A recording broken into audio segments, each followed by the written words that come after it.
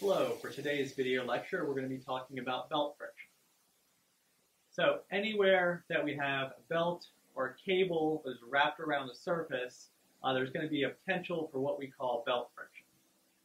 And belt friction, some examples of this, the most simple example is imagine I'm trying to lift something up. I've got a rope that I'm using to lift that. If I throw that rope over the tree and it's kind of pulling that up, the friction between the rope and the tree branch as I'm pulling this over would be an example of belt friction. And also, if we are using a belt to drive something, so down here we've got an electric motor, which is running a blower up here.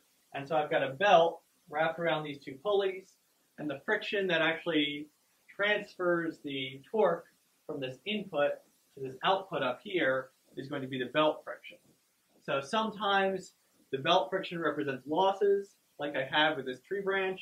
Other times, the belt friction is really what I'm using to drive the system, like I have with this belt-driven blower motor over here. So why does belt friction exist? When we have a tension force on a belt, like shown over here, so if I've got that rope over a tree branch, I've got my kind of simplified diagram here. I've got a tension on both sides. If it's sitting still, I need to have a normal force kind of pushing out on the rope to keep the whole thing from falling down. So whenever we have a normal force, we have the potential for a friction force. So when this would happen is if I have a different set of tensions. So imagine I'm pulling on one side a little bit harder. I've got T2 is bigger than T1. Since I have that normal force, and if there's that cable trying to rub against the tree branch, I've got the potential for a friction force, or really a set of friction forces, is going to be going around this way, opposing those two forces there. So to start analysis, we're going to be talking about flat belts. This is opposed to V belts, which we'll get to a little bit later. So a flat belt is any belt or cable that contacts the surface or pulley on its back surface. So an example of a flat belt, this is kind of the most direct example. We literally have a flat belt. It's going over this pulley, and it's just got one kind of flat surface. So the pulley would be like this. The top surface of the pulley would be like that, and the belt just fits right over top of that. We can also have some slight grooves so long as the cable's not being pinched. So here we've got a ski lift, and this is another example of what would be considered a flat belt. So it's a round cable, actually. It's going around this big piece here, and it's got a groove up here, but the groove is much bigger than the cable itself. So that is an example of the groove kind of down there. And in this groove, we've kind of got a cable that loosely fits. And so again, this back surface is the contact surface. If we get it wedged in there, that's going to be what's called a V belt, and we'll show you that in a second. So back to flat belts.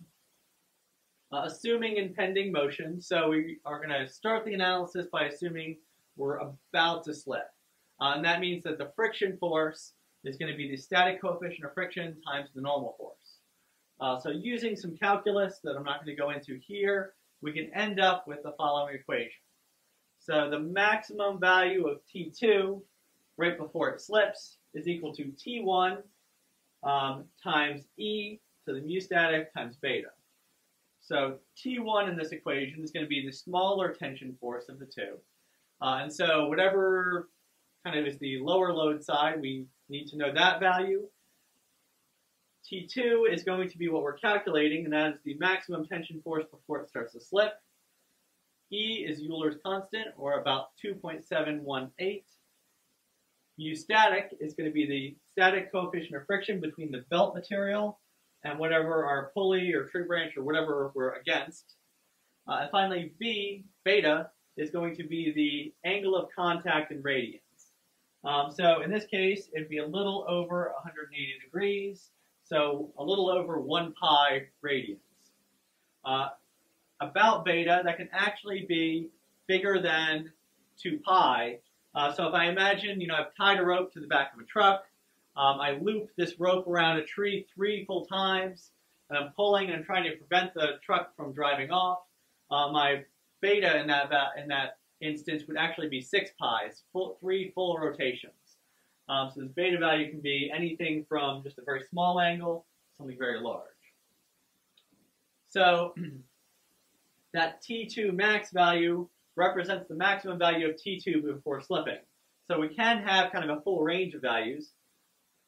If T2 is less than that T2 max, then the belt is not going to slip. It's going to either, if I've got a stationary pulley like this, like a tree branch, the ropes would go nowhere. Or if I've got a pulley, whatever the rate of rotation of the pulley is, that's going to determine my rate of change in the cable or belt. So no slipping if T2 is less than that T2 max. If T2 is equal to the T2 max, it's just about to start slipping. And then if I get T2 bigger than that maximum value, then it will actually slip. All right, so that is all we have for flat belts for now. Now we're going to move on to V belts. So some pulleys, when we want really high friction, we want to have really high differences in those tension values, we're going to make a groove in our pulley, and that is going to allow us to get those higher tensions. So what happens is we've got our flat belt, which is kind of a flat surface, so I'd be in contact with this surface right here. A V-belt pulley is going to look something like this. So it's going to have a deep groove, and the cable or the belt is going to fit into that groove. So zooming into that, we've got our groove at the top of that pulley, and our belt fits in right there. And so you'll notice it's not in contact with the bottom surface, it's actually in contact with the side surfaces of the groove there. And what that does, it's going to change the normal force. And so our normal forces are no longer pointing straight up, it's kind of pointing in on either side of this belt. So the vertical components of this normal force, or those two normal forces, are going to be the same as what I had before. So this needs to add up to what I had with the flat belt, but I also am adding in these horizontal components, and these count towards friction, but they're just canceling each other out as normal forces. So we have effectively increased the normal force without increasing the tension in the belt or really anything else about the system. So with increased normal forces comes increased friction forces. So the increase in friction force depends on the angle alpha. And the angle alpha is the angle of the groove. So if I make something with very, very steep sides, that's actually going to be very, very high friction. I'm going to be able to transfer a much higher difference in those tension values. So the new equation for tension across this pulley is going to be the following. So T2 max is equal to T1 times E to the mu static enhanced times beta. So you'll kind of notice that this looks very similar to what I had before. The only difference is I have this mu static enhanced. And what it means by enhanced, the mu static enhanced is the value mu static between the belt material and the pulley surface over sine alpha over 2. And so alpha is this angle. And so since sine alpha over 2 is going to be a value that's less than 1, the mu static enhanced is going to be bigger than my original mu static. And that's going to increase that difference in tension I can do before slipping. So with that, now we've got this difference in tension between input and output for flat belts and for V belts. And now I want to look at belt-driven systems. So I've got some input driving some output with the belt. And I want to figure out what is the maximum torque at the input and output for slipping, and what is the maximum power I can transfer with this system. So we're going to start with those tension values, and we're going to work out from there. So we want to know input torque, output torque, or maximum power transfer. And once we know this difference in tension, it's just merely a matter of math and dealing with kind of the moments there. So starting out, we're often going to be given a value called the resting tension in our system. And so the resting tension is the tension in the belt before I turn anything on. So if I actually went up there and kind of measured that tension in the belt, that is going to be my T1 value in my equations from earlier. So the T1 is going to happen and stay the same tension when I turn it on the side of the belt that goes from the input and would be going over here to the output based on this motion. And so our input, the moment, is going the same direction as the rotation, but the output, that moment is kind of the resistance, and so that moment over here is going to be in the opposite direction. It's resisting the direction of motion. And so I'm transferring that torque from one place to the other. Since I've got this top piece, those two moments are coming together, so it would be more or less kind of pushing the rope. Since you can't really push anything with the rope, that's not a way to transfer a load. What happens is when you turn this on, the tension in the bottom surface, the one going from the output and going over here to the input, that's going to be the tension that increases. And this bottom cable, we're transferring that entire torque through that bottom cable. And so as I increase these loads, I increase the resistance. T2 is going to get bigger and bigger until either the belt starts to slip or really the cable snaps.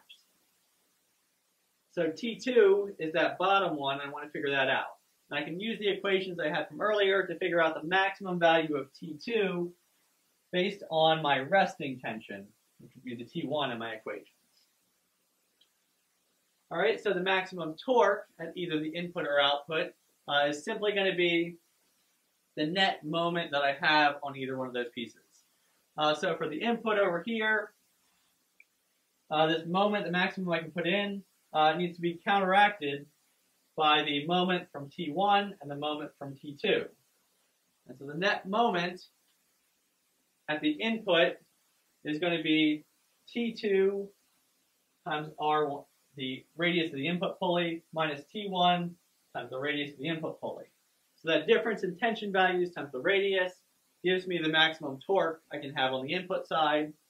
And I have roughly the same equation on the output side. So it might slip at one location first.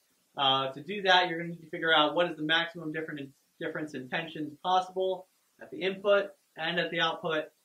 Whatever is kind of the limiting factor, you want to use that as your limiting factor here for T2 max and T1.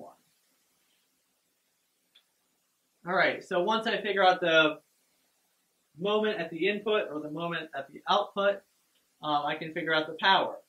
And so the rotational definition of power is going to be the torque transmitted through either the input or the output times the angular velocity of that pulley in radians per second. And the power is going to be input torque times input pulley angular velocity, or output torque times output pulley angular velocity. And these two values should be the same. And that's the nice thing about power. The power in is equal to the power out, assuming we have no inefficiencies or losses due to friction. And that might be the case if particularly if we've got V-belts, we can have inefficiencies. So with this, that's all I have for belt friction. Thank you for watching, and I hope to see you again.